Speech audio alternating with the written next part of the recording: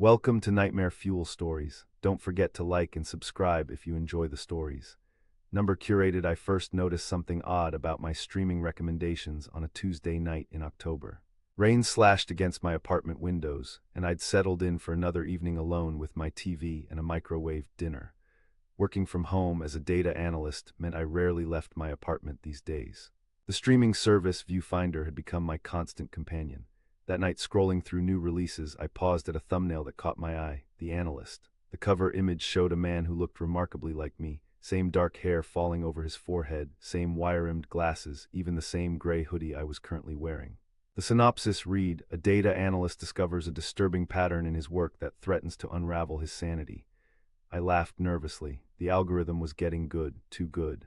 I'd been binging psychological thrillers for weeks, and my job title was probably embedded in my user data. Still, the resemblance was uncanny. Curiosity piqued. I clicked play. The opening shot showed a man sitting at a desk identical to mine, right down to the chipped coffee mug and the small potted succulent I'd named Herbert.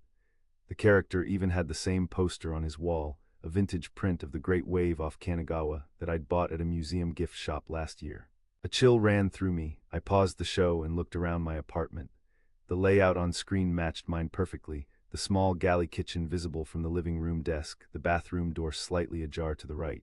Even the view from the window showed the same red brick building across the street. I told myself it was a coincidence. Maybe the set designer had the same taste as me.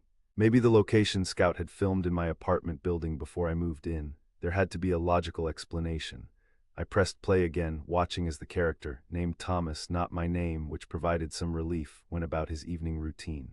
He made the same tea I drink every night. He sat in the same spot on the couch. He even had the same nervous habit of cracking his knuckles when he was thinking.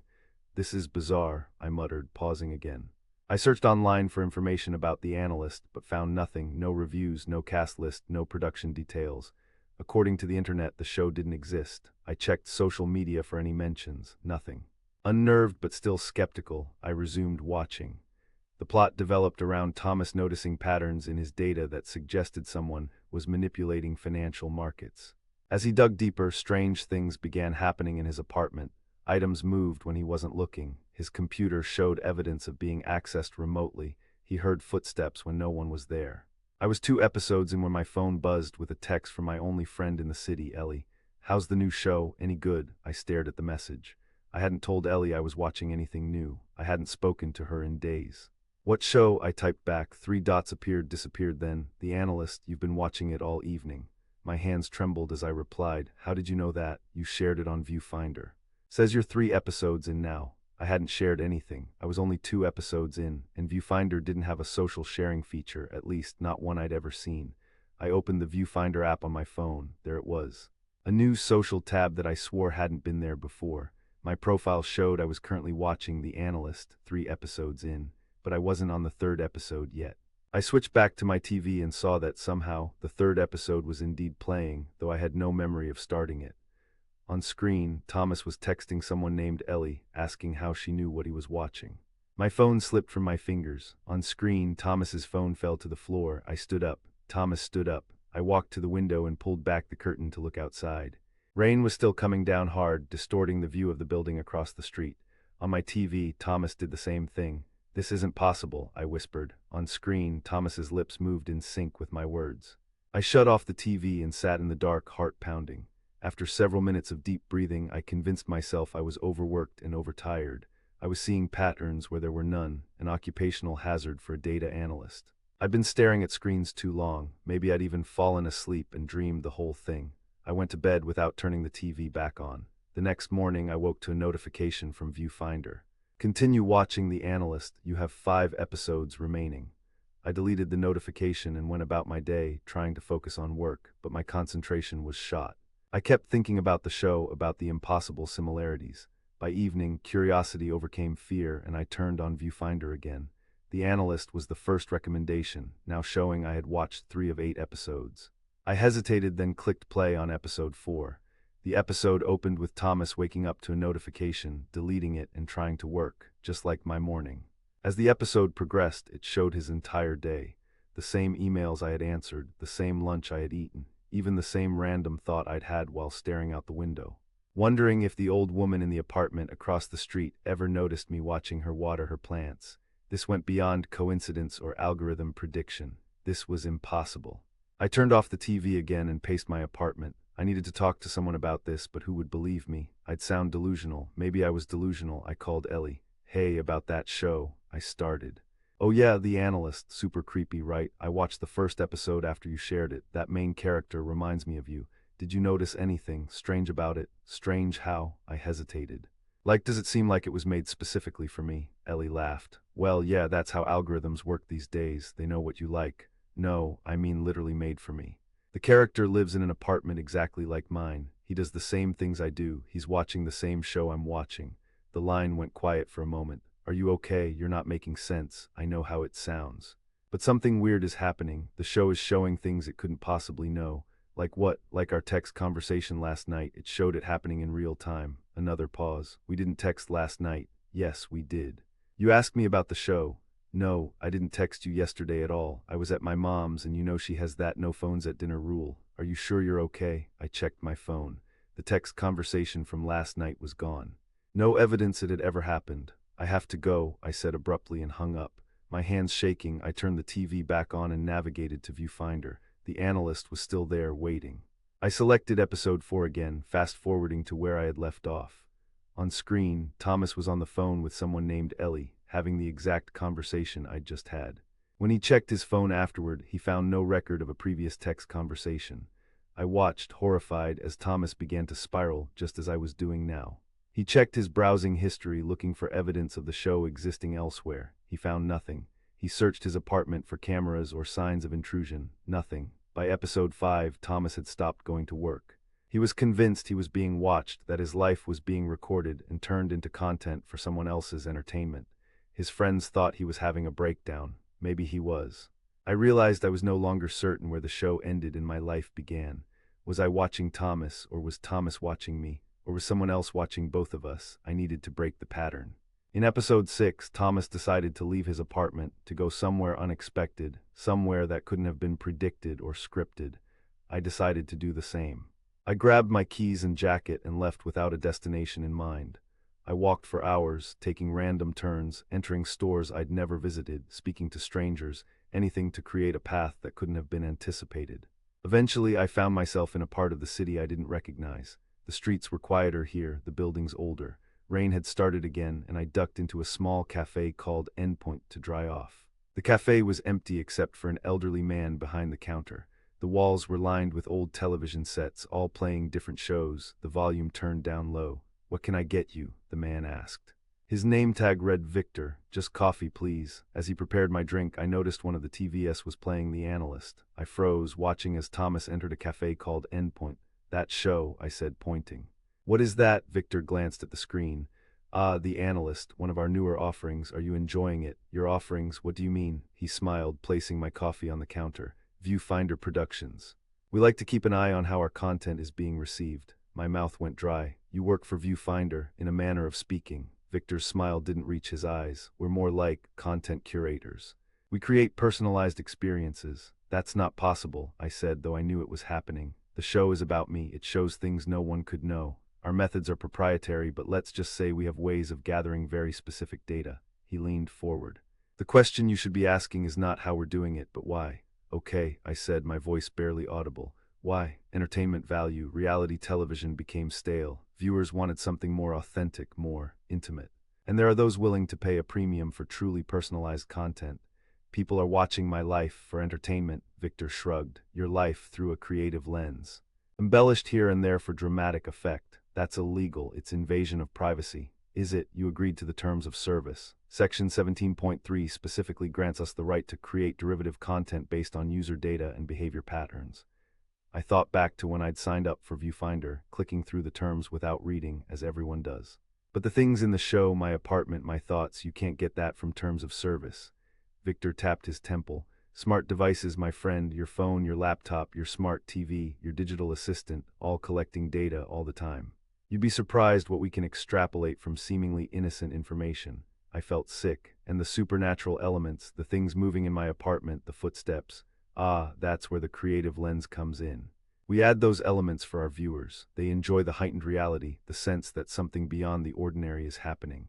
He paused, though sometimes the line between what we add and what's already there can get blurry. On the TV, Thomas was having this exact conversation with a man named Victor.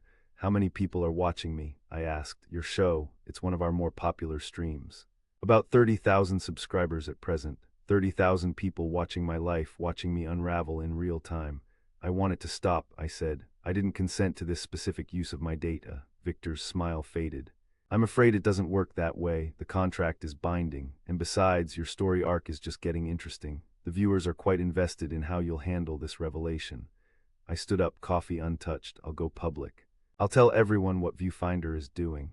With what evidence? A show no one but you and your subscribers can see. A conversation with a man no one will believe exists." Victor gestured around the empty cafe. "Check your phone. This place isn't on any map. Take a picture. I won't appear in it." I pulled out my phone. The GPS showed I was on a street that didn't exist. I opened the camera and pointed it at Victor. Through the screen, I saw only an empty counter. "What are you?" I whispered. "I'm a narrative device," Victor said, his form seeming to flicker slightly. "A way for the audience to understand the rules of the world they're watching. In storytelling terms, I'm the exposition. This isn't a story, this is my life. Everything is a story from someone's perspective. Yours is simply being shared." I backed toward the door. "I'm leaving. I'm going to find a way to stop this." "Of course you are. That's Act 3 in your narrative arc. The protagonist fights back. It's what our viewers are expecting." Victor's smile returned, cold and knowing. "We'll be watching with great interest to see how you do it." I ran out of the cafe into the rain. When I looked back, the building was gone, replaced by a boarded-up storefront that looked like it had been abandoned for years. For the next week, I tried everything I could think of to break free of the show.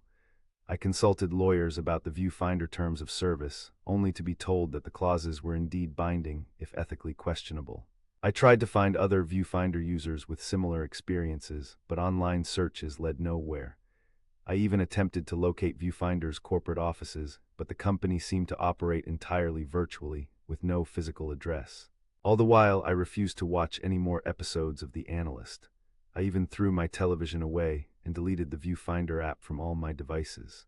But I couldn't escape the feeling of being watched, of my life being packaged and consumed by unseen eyes. Sleep became impossible. I covered all my devices' cameras and microphones with tape, disconnected my Wi-Fi, even considered moving apartments. But a part of me knew it wouldn't matter. They had already mapped my patterns, my behaviors, my thoughts. They were always one step ahead. 2 weeks after my encounter with Victor, I received a package. No sender address, just my name. Inside was a Viewfinder-branded virtual reality headset and a note. "For the finale, we thought you might want to see how it ends." Against my better judgment, I put on the headset. I found myself in a virtual version of my apartment, but I wasn't seeing it through Thomas's eyes this time. I was watching him, watching me, from the perspective of a viewer. I was sitting at the desk, surrounded by research about Viewfinder, looking haggard and paranoid. As I watched, a notification appeared on his computer. A job offer from a company called Endpoint Media, a subsidiary of Viewfinder. The position was for a content analyst with a salary 3 times what he currently made. The job description mentioned helping develop next-generation personalized content. On screen, Thomas stared at the offer for a long time. Then he laughed, a hollow, defeated sound. He typed a response. "If you can't beat them, join them." The scene shifted to 6 months later. Thomas was in a sleek office, sitting in front of multiple screens. Each showed a different person going about their daily life, unaware they were being watched. Thomas was taking notes, making suggestions for narrative enhancements. "Subject 247 has an interesting dynamic with his neighbor," he was saying to someone off-screen. "I think we could develop that into a subplot for episodes 3 through 5. The camera pulled back to reveal who he was speaking to. "Victor, you're learning quickly," Victor said. "You have a natural talent for identifying narrative potential in ordinary lives." "I know what makes compelling viewing," Thomas replied. "I've been on the other side, indeed."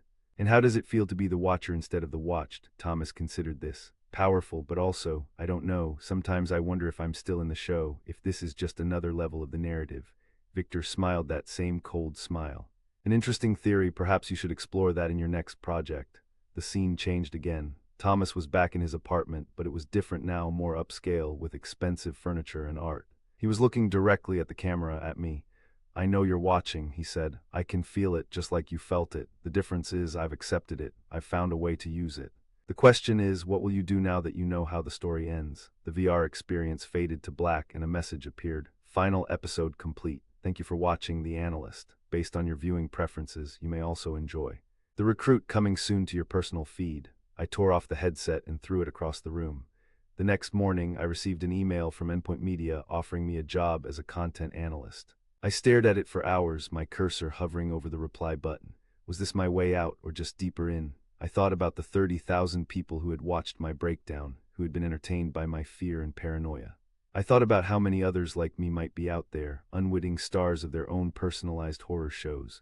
Then I thought about what I could do from the inside. I clicked reply and typed 2 words. I'm interested. 3 days later, I sat in a sleek office much like the one I'd seen in the VR finale. Screens lined the walls, each showing a different person's life in progress. A woman making breakfast, a man walking his dog.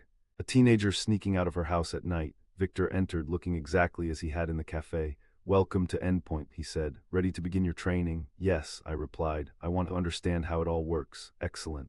Your perspective as a former subject will be invaluable." He handed me a tablet. "Your first assignment, subject 419. We've been monitoring her for 3 weeks. She has potential anxiety disorder, lives alone, recently moved to a new city.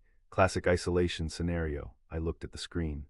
A young woman sat at her desk, working on her laptop, occasionally glancing nervously at her phone. She reminded me of Ellie. "What exactly do you want me to do?" I asked. "Observe, identify narrative opportunities, suggest enhancements." Victor smiled. "You'll be helping to create her story. And if I refuse, then you go back to being in a story rather than creating one. Your choice." I looked back at the screens, at all those lives being secretly packaged as entertainment. I thought about what Thomas had said in the finale. "I know you're watching." Maybe that was the key. Not escaping the watching, but becoming aware of it, using it. "I'll do it," I said, "but I have conditions." Victor raised an eyebrow. "You're not in a position to negotiate." "I think I am. You brought me here because I offer something valuable, the perspective of someone who broke the fourth wall. I know how it feels to discover you're being watched. That knowledge makes me dangerous unless you keep me contained." Victor's smile tightened. "What are your conditions?" "I want access, not just to my assigned subjects, but to the entire system. I want to understand how it works from beginning to end." "That's highly irregular. So is recruiting your subjects as employees." Victor considered me for a long moment. "Limited access, supervised at first." "Agreed. Then welcome aboard." He extended his hand. I shook it, feeling a chill run through me at the contact. His hand was cold, almost corpse-like. As Victor turned to leave, he paused. "One more thing, you should know you're still being watched. Your story has simply entered a new phase. Our premium subscribers are particularly enjoying this plot development." He gestured to a camera in the corner of the room, its red light blinking steadily. "The audience is quite invested in what you'll do next," he continued. "Will you become corrupted by your new power? Will you find a way to subvert the system from within?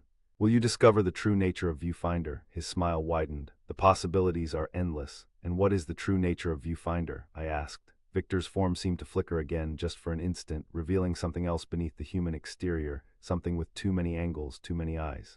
"That would be telling," he said, his voice momentarily distorting. "But you're a data analyst. I'm sure you'll start noticing the patterns soon enough." He left me alone with the screens, with all those lives playing out in real time, and with the knowledge that somewhere, someone was watching me watch them, layers upon layers of observation and consumption. I turned to the camera in the corner and smiled directly into it. "I see you," I said quietly, "and soon they'll see you too." Then I turned back to my tablet and began my first day as a curator of nightmares, already plotting how to encode warnings into the narratives I would help create, breadcrumbs for the watch to follow just as I had.